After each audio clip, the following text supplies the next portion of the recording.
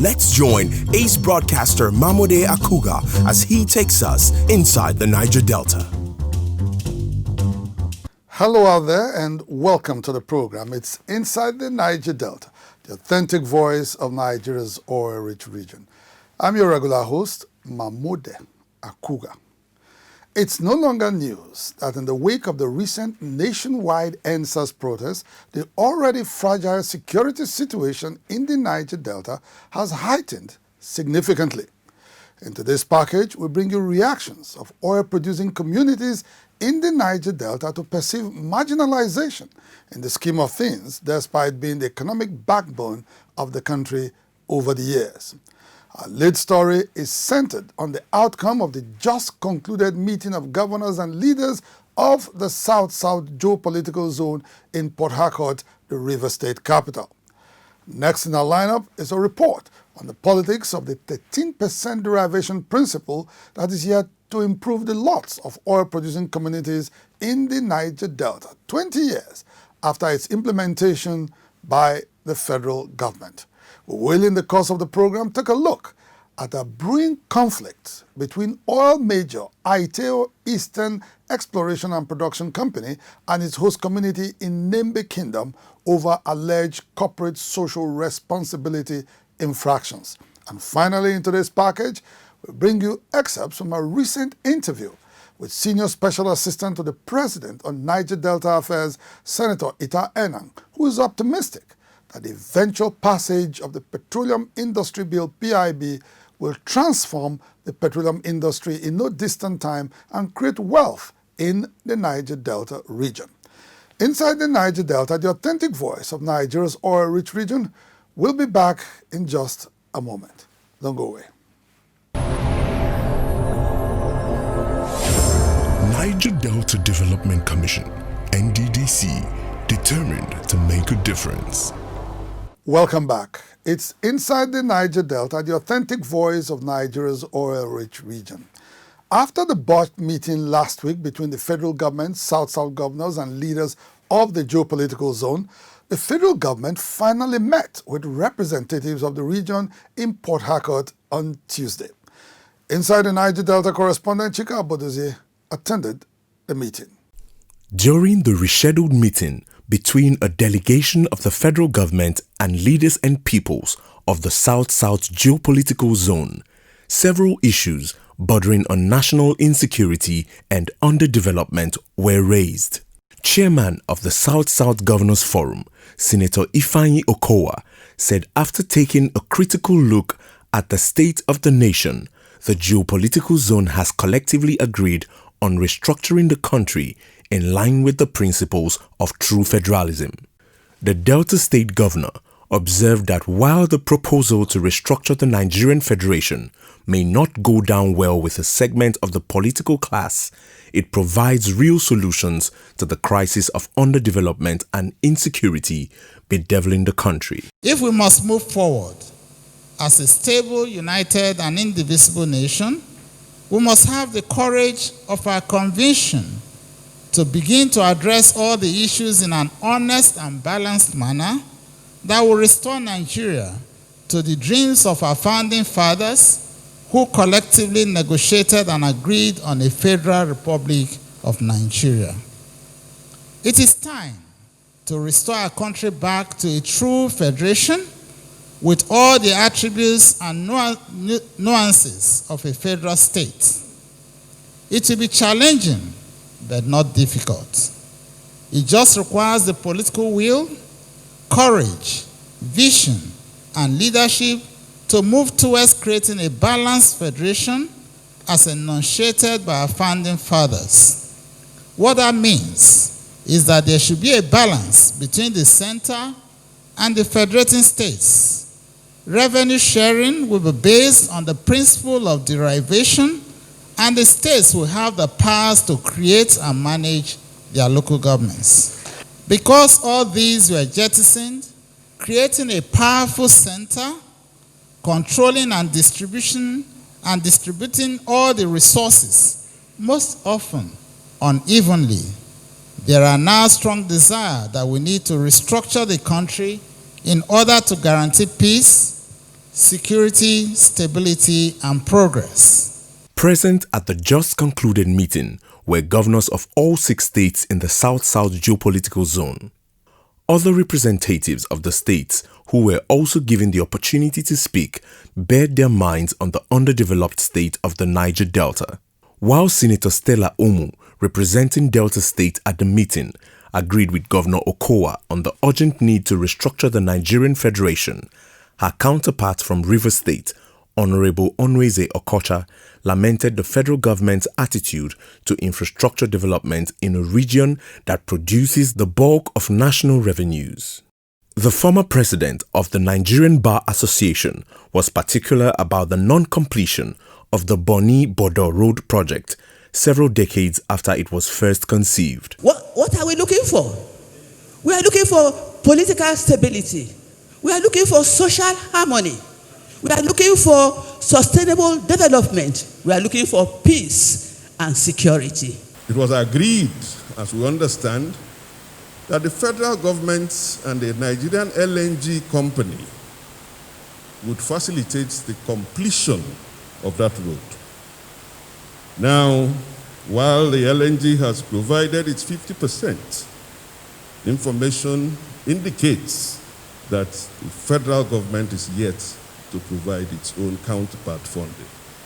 We have made a suggestion. The taxes being paid by the LNG can be channeled to the completion of this project, and that would be in the best interest of not only Rivers State, but the entire Federal Republic of Nigeria. Chief of Staff to the President, Professor Ibrahim Gambari, said the meeting was at the instance of Nigeria's #1 citizen to engage leaders and peoples of the region in discussions following the recent EndSARS protest that led to loss of lives and property across the country. Mr. President has asked us to listen very carefully and to take note and report back to them issues such as the NDDC, also in terms of the other broader constitutional issues, some of which he is under his control, some which are under the control of the National Assembly, but all of that, he has asked us to listen carefully, seek your advice, seek your counsel, seek your wisdom, and get back to him with specific recommendation, which he's going to take seriously. Participants at the South-South stakeholders meeting with a federal government delegation also called on commissions of inquiry at work nationwide to unravel the true situation with the recent EndSARS protest and provide justice for victims of the mayhem that followed. Inside the Niger Delta. In a related development, the United Niger Delta Energy Development Security and Strategy UNDES says it has foreclosed discussions with the federal government on issues pertaining to the plight of communities in the Niger Delta over perceived lack of political will to transform the region. In a recent statement issued by Secretary General of UNDES, Mr. Tony Oranta, the group noted that all channels of dialogue with the federal government remain short until the 16-point demand laid before President Muhammadu Buhari by Niger Delta leaders and representatives as a precondition for lasting peace and development in the region were met. The group came up with a position at the end of a virtual meeting held shortly after the South-South leaders meeting was stalled by the absence of government's delegation last week, Tuesday. Moving on, the backward state of oil-producing communities, despite the implementation of the statutory 13% oil derivation fund meant for their development, continues to give most Niger Deltans cause for worry. In this report, we took a look at how the application of such funds has impacted on oil-producing communities in the Niger Delta over the years. Soon after Nigeria's transition to democratic rule in May 1999, the government of President Olusegun Obasanjo in August that year established the Revenue Mobilization, Allocation and Fiscal Commission to negotiate a new formula for revenue sharing amongst tiers of government. Under the 1999 Constitution, oil derivation formula was increased from 3% to 13% on a payment principle based on oil-producing quota from each of the 9 oil-producing states in the Niger Delta. The 13% oil derivation fund was meant to ameliorate the negative effects of environmental degradation occasioned by crude oil drilling activities on oil-producing communities. It was also conceived and implemented to fast-track development and douse tension in the restive communities. Over 20 years after it was first implemented in January 2000, the 13% oil derivation has not made any significant difference in the lives of oil-producing communities that are still left largely backward and impoverished, a development that is attributable to poor resource governance in the Niger Delta. While they admit that revenues released to states on the basis of 13% derivation are insufficient to effectively address widespread poverty and underdevelopment in the region, concerned Niger Deltans insist that state governors have failed to utilize such funds to benefit oil-producing communities. I think over time, Niger Deltans have become conscious of this fact that huge amount of money is coming in nevertheless, notwithstanding that it's a smaller percentage than what goes to the federal government, and they are beginning to be conscious that they should see a reflection of that volume of cash that is coming in on their development. When in 1999, derivation formula was increased from 3% to 13%, the Constitution made no provision for the establishment of a statutory body to ensure its strict implementation. But the Obasanjo administration, in its wisdom, encouraged states to establish oil mineral producing areas development commissions to manage the funds to benefit oil producing communities. Regrettably, some major oil-producing states, including Rivers, Akwa Ibom, and Bayelsa, are yet to establish such commissions.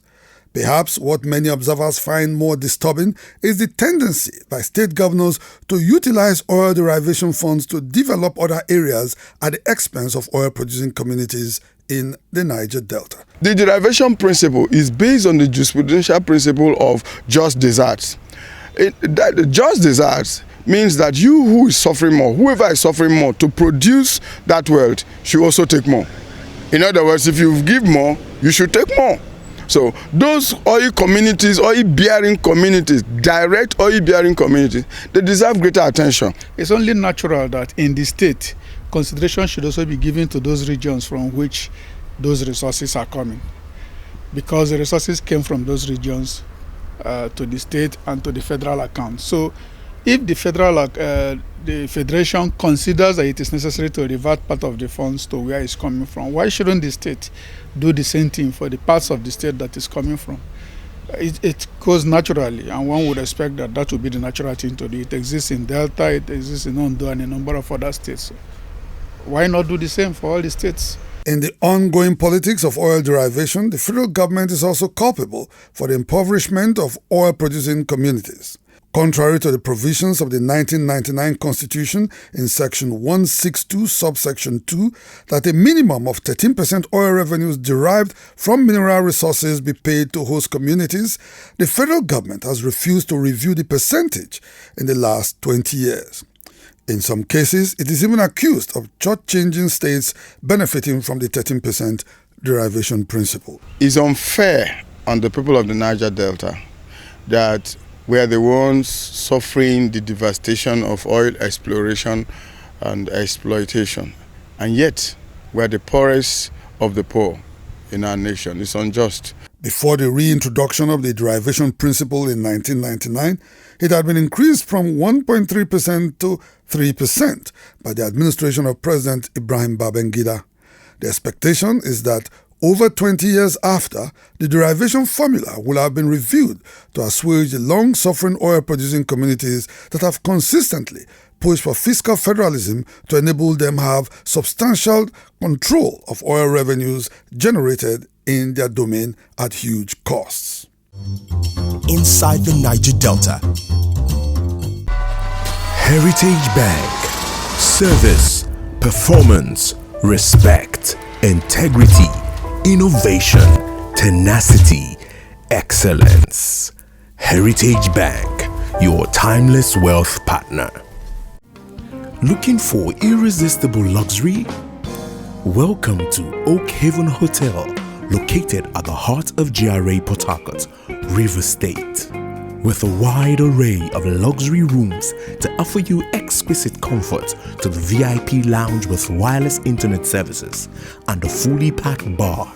Oak Haven Hotel also has a dazzling swimming pool, a chill-out area, and a massage and wellness spa. For your meetings and events, our conference hall and restaurant Victoria will exceed your expectations. Oak Haven Hotel, comfort you can't afford to miss. AITEO Group, oil and gas, dredging, power and air transportation. AITEO Group, petroleum product sufficiency, energy sustainability and infrastructure development. Aggrieved host communities to AITEO Eastern Exploration and Production Company have issued a quit notice to the indigenous oil company to vacate OML 29 over alleged corporate social responsibility infractions. Chiefs from the host community issued a quit notice at a press briefing in Opunembe town in NEMBE local government area of Bayelsa State, shortly after women and youths from the area sealed off the Santa Barbara flow station operated by AITEO along the NEMBE Creek trunk line. Correspondent Ekena Milfori has more. AITEO must go. AITEO must go. AITEO must Last week, angry youths and women of Opunembe community sealed off the Santa Barbara flow station operated by AITEO Eastern Exploration and Production Company. They were said to have been frustrated by the company's negligent attitude since it secured the operational license of OML 29 in September 2015. No water, no light. Children are suffering. Boys are suffering, no work. So we don't want them again. This flow station will be shut down until further notice. Opunembe youths and women alleged that in the last 5 years of its operations in OML 29, AITEO had refused to sign and implement a global memorandum of understanding with its host community. After several engagements with AITEO, the company was said to have reluctantly given pipeline surveillance jobs to NEMBE youths, but has failed to pay salaries for up to 18 months. They did an employment through Spare, a contractor that they brought within them. He employed almost the whole communities and has not paid for 1.5 years, which is bad. Unknowing to us, when we later find out, it is within the ITU that they brought out that contract to the communities. And as we speak right now, it is going to 2 years. They have not paid that contract. The boys are suffering. The youths are suffering. AITEO Eastern Exploration and Production Company, Nigeria's biggest domestic oil producer, is owned by billionaire businessman Benedict Peters, who is said to have secured a $1 billion contract to mine platinum in Zimbabwe. With a platinum concession in Zimbabwe and interest in developing a wide range of solid minerals across the African continent, Opunembe chiefs are convinced that the chief executive officer of AITEO no longer finds his oil mining business in OML 29 attractive. He has acquired a mine somewhere in Zimbabwe, about $1 billion. You know what $1 billion means? So, from all indication, he's only trying to strangulate this great community. This press release serves as a quick notice to AITEO. AITEO is no longer welcome afterwards. That the new operators should renegotiate lease terms for community land required for operations and terms for community content participation, environmental sustainability, and social responsibility. Anytime you see the NEMBE people wear black dawn, we have lost somebody. Today is to announce to the world, AITEO is dead and buried in Opunembe land.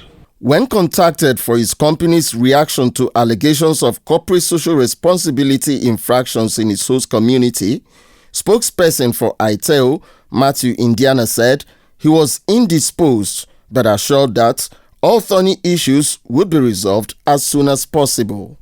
The recent shut-in of the Santa Barbara Flow Station makes it the second time aggrieved members of Opunembe Kingdom are halting operations of AITEO this year, the first being in the month of May.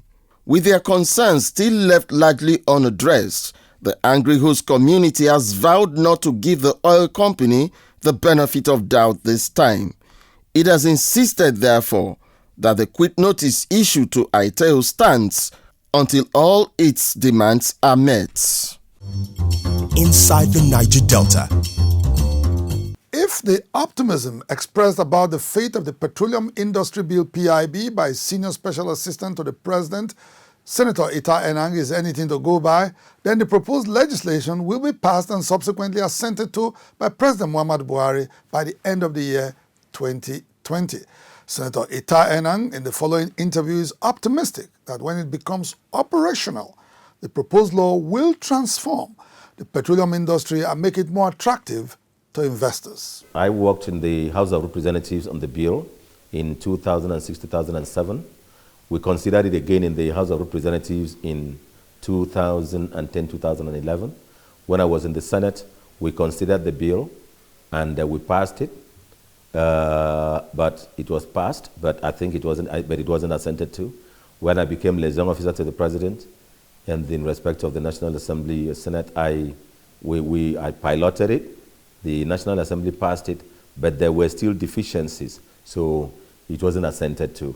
And Mr. President was very critical of the bill because it said that Mr. President, in one of the communications he sent to the National Assembly, said, look, by the time you give so much of this to different agencies, not much will remain to feed the local government, the states, and the federation.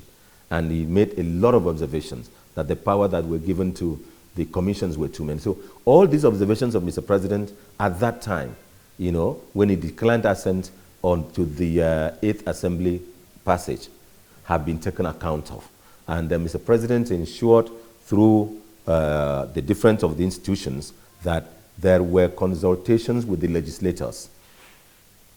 Then all the reservations that were had in the 6th Assembly, 7th Assembly, and finally the 8th Assembly were taken account of, addressed. Then the question of the agencies which with deregulation will not be necessary were removed, you know, and so the areas of friction or possible argument has been eliminated to a great extent. But we're not expecting a yes, yes, yes, yes, because the job of the legislature is not to pass the bill. So I'm not urging the legislature to pass the bill. I'm urging the legislature to consider the bill and pass it as thought fit, considering what we have gone through and in consultation with the executive. Because we are not the executive. When the president presents something, it is for consideration.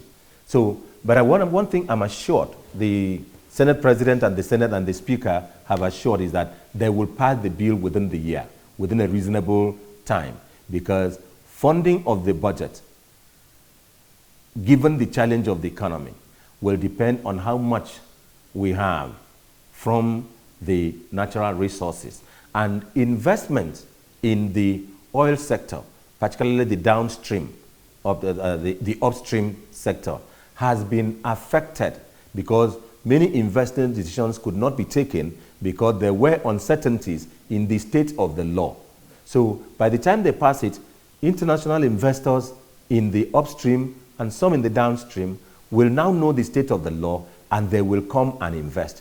Financiers will now know the risk or know the level of risk they will invest and they will expose their investment to, and the assurance that it will be de-risked, and then they will cause their funds to be applied in those investments. So there will be more activity in the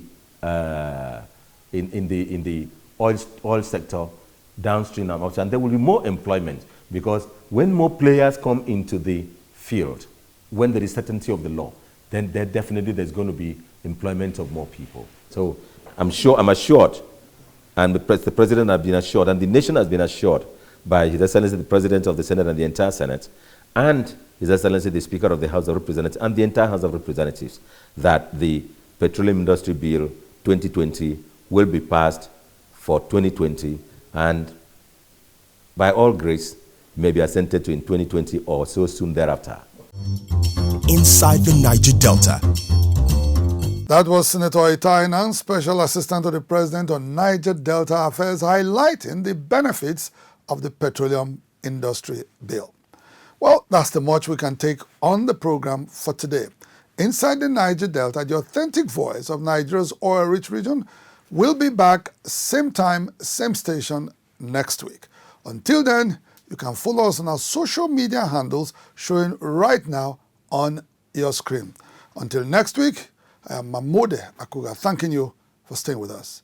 Bye for now.